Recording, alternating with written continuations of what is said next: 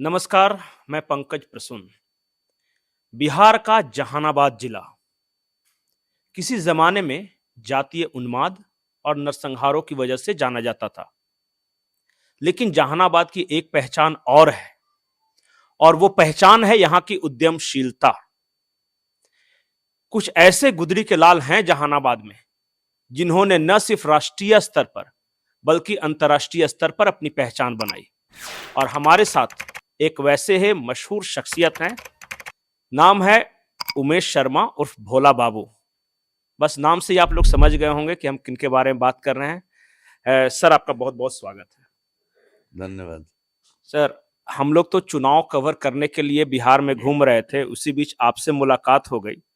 तो बातचीत जो होगी वो इकोनॉमी पर भी होगी और राजनीति पर भी होगी। क्या लगता है बिहार का फ्यूचर? लोग इसी बात से चिंतित हैं कि बिहार में ठीक है, शांति है, इंफ्रास्ट्रक्चर बढ़ा है, लेकिन अभी भी बहुत कुछ किया जाना बाकी है।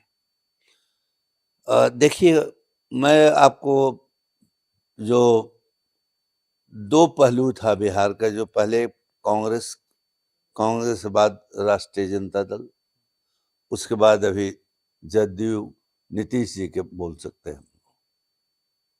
जो कांग्रेस का रिज्यूम था वो सब ठीक था, एवरेज था।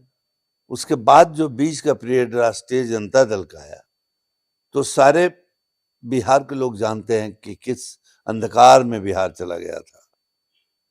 न लोगों को पीने के पानी, ना तो रोड, और लॉ एंड ऑर्डर तो एकदम ही खराब था। जो यहाँ के बहू बेटियां ये सब जा नहीं सकती थी, कहीं घूम नहीं सकती थी।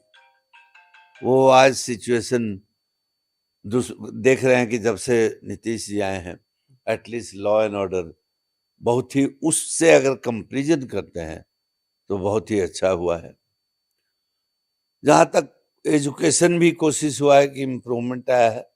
यहाँ बिजली देखिए, बिजली अभी 24 घंटा करीब करीब रहता है गांव में, जो कभी सोच भी नहीं सकता था।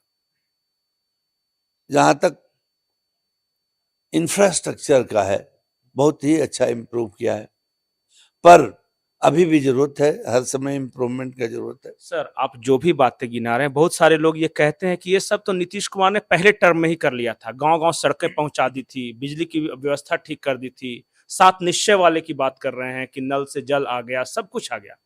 लेकिन बाद में लोग बोलते हैं कि नीतीश कुमार फिर गड़बड़ा गए। कभी इधर पलटना, कभी उधर पलटना, कभी फिर आना, फिर जाना। इसके कारण विकास हैम्पर हुआ है। ये सच्चाई है क्या?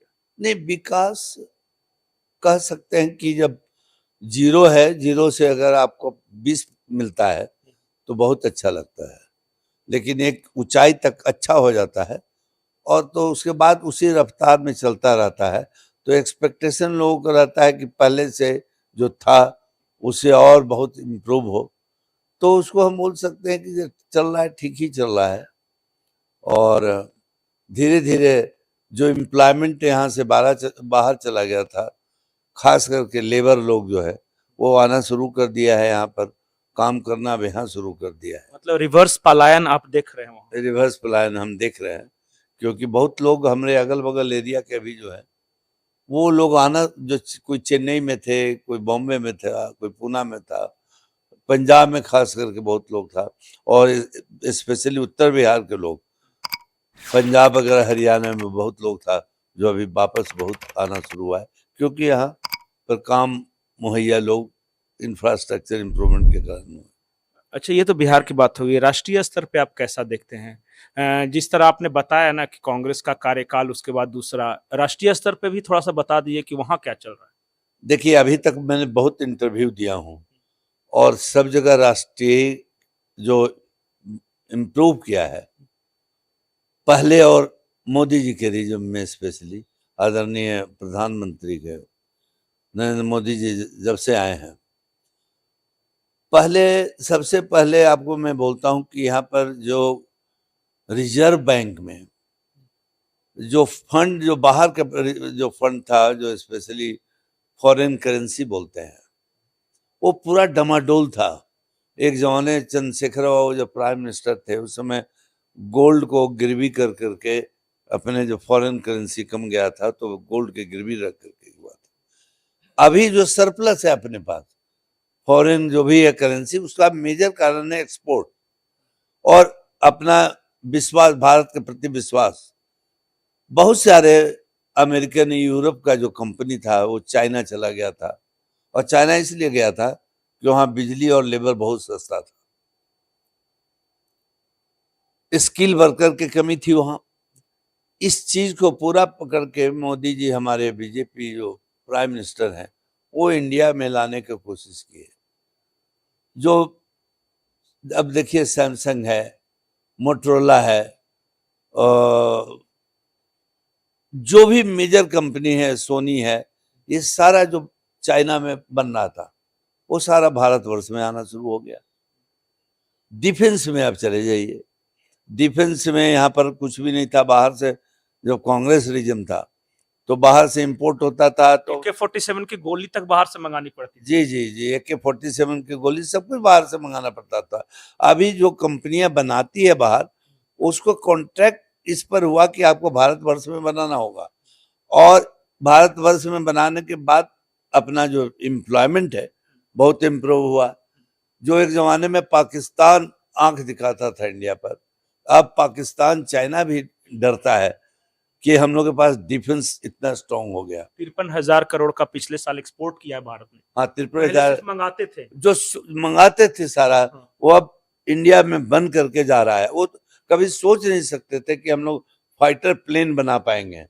हम लोग सोच नहीं सकते थे कि जो शिप है, जो फाइटर शिप है, वो यहाँ से एक्सपोर्ट हो पाएगा। अब बनता है और एक्सपोर्ट होता है। मिसाइल, जो बेस्ट क्वालिटी का मिसाइल जो इंडिया में भी बन रहा है। सर आप सब कुछ कह रहे, पर राहुल गांधी तो कह रहे सब कुछ बेच दिया। एयरपोर्ट बेच दिया, HAL बेच दिया, पता नहीं क्या क्या, सुप्रीम कोर्ट बेच दिया, सब कुछ तो बेच दिया। राहुल गांधी खुद ही बोल रहे हैं। देखिए, अपोजिशन पार्टी अगर नहीं करेंगे तो उनका वैल्यू कैसे बढ़ेगा?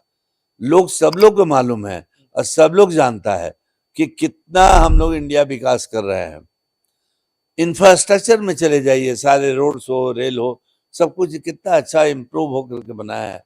मैं तो ये जो रोड मंत्री हैं उनके बहुत ही जो इंटरव्यू भी देखा हूँ, और जब इंटरव्यू देखता हूँ नितिन गडकरी साहब, नितिन गडकरी साहब, तो इनका बराबर मैं इंटरव्यू देखता हूँ।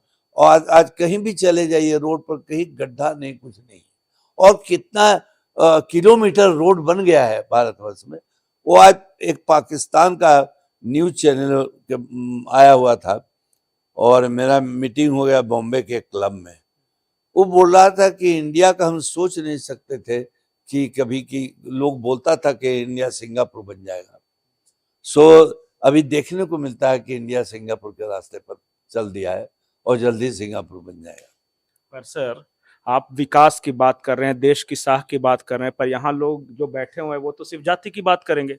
वो बोलेंगे कि आप जहानाबाद की राजनीति की बात कर रहा हूँ, कोई कहेगा भूमियार को नहीं दिया, कोई कहेगा कहार को क्यों दिया, कोई कहेगा यादव को नहीं दिया, कोई कहेगा राजपूत को नहीं दिया, बगल में काराकाट में कह रहा है। इनको विकास, देश, इन सबसे क्या लेना देना? ये तो कहते हैं कि पहले मिल रहा था और उसी तरह चलना चाहिए, 90 के दशक की तरह। देखिए, जातिवाद यहाँ पर बहुत पहले बीज बो दिया गया था।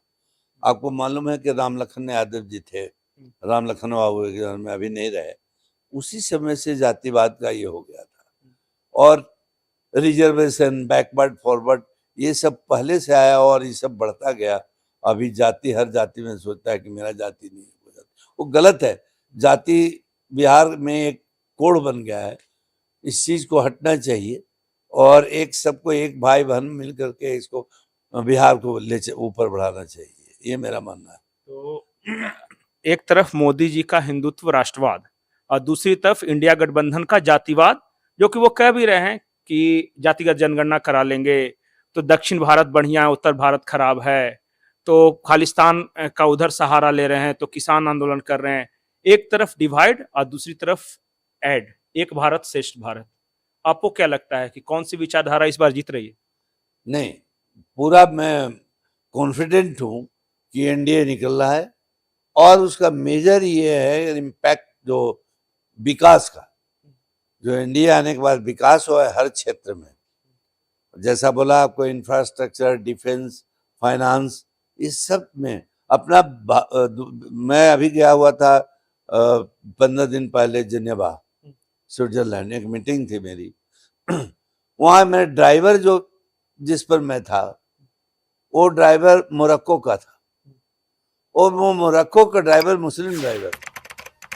वो हम पूछे कि भारतवर्ष के बारे में क्या सोचते हो, इंडिया के बारे में क्या सोचते हो, तो बोलता है Modi Modi is doing very good, English में बोल रहा था, और बोल रहा था कि इंडिया बहुत अच्छा कर रहा है, इंडिया के लोग बहुत टूरिस्ट यहाँ आता है, पहले नहीं आता था, अब इंडिया के पास बहुत पैसा हो गया है।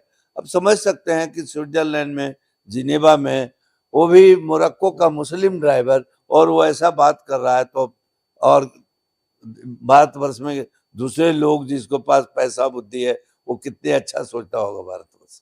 चलिए अब जहानाबाद की राजनीति पे आ जाते हैं। अपने आप को जो भूमिहार समाज है और संयोग से वो आपका भी समाज है, बहुत बुद्धिजीवी, आगे फॉरवर्ड थिंकिंग कहता है, लेकिन हम यहीं पे एक हवा और देख रहे हैं। मेरी जाति वाले को क्यों नहीं दिया, मेरा जाति ये है, मेरा श्रेष्ठ है, इसको टिकट मिलना चाहिए था, इसलिए नहीं तो इस बार हरा देंगे, मोदी को सबक सिखा देंगे, नीतीश को सबक सिखा देंगे। ये बुद्धिजीविता है क्या? नहीं, देखिए जैसा कि बोला कि पहले से जातिवाद का जो आ गया है उसको हटना चाहिए, ये गलत चीज है। और आप यहाँ पर पहले भूमिहार जाति को प्रधानता मिलता था, और भूमिहार जाति मैक्सिमम यहाँ पर जहानाबाद कॉन्स्टिट्यूंसी में है, इसलिए लोगों को आशा और अपेक्षा रहता है कि मेरे जाति का कैंडिडेट हो, टिकट मिले। अब जातिवाद का है, नहीं मिलता है तो गुस्सा है, जाति है, तो इसको जैसा बोला कि जातिवाद नहीं होना चाहिए, फिर भी हर जाति यहाँ पर इतना जड़ पकड़ लिया है कि वो होने लग गया होता है। और यही सब लोग कहते हैं कि पहले बीजेपी बहुत अच्छी थी अटल जी वाली, अब खराब हो गई है, क्योंकि अब मोदी जी ओबीसी को ज्यादा प्रतिनिधित्व देने लगे हैं, एससी एसटी को ज्यादा प्रतिनिधित्व देने लगे हैं, तो अब बीजेपी में वो पहले वाली बात नहीं रही। बोल बुजुर्गों को मैं घूम रहा था जहानाबाद में, पहले वाली ठीक थी, अब खराब है। अब खराब क्यों है? तो वो कह रहे कि नहीं, अब सिर्फ ओबीसी, तो दूसरे दूसरे जातियों को दे रहे हैं, अति पिछड़ा को दे रहे हैं। पहले देखिए तो आराम से खाली भूमिहार राजपूत को मिलता था, तो कितना बढ़िया बीजेपी था क्या? नहीं, ऐसा नहीं होना चाहिए कि ये लोगों के बारे में, ओबीसी और इस सब के बारे में सोचना चाहिए, तभी तो बोल रहा हूँ जाति और पिछड़ा ये सब नहीं सोचना चाहिए। मेरा तो ये है मानना कि इकोनॉमी जब भी डेवलप करेगा कि इकोनॉमी के आधार पर सब कुछ हो, गरीब और अमीर, लेकिन वो हो नहीं रहा है, होना चाहिए वैसे।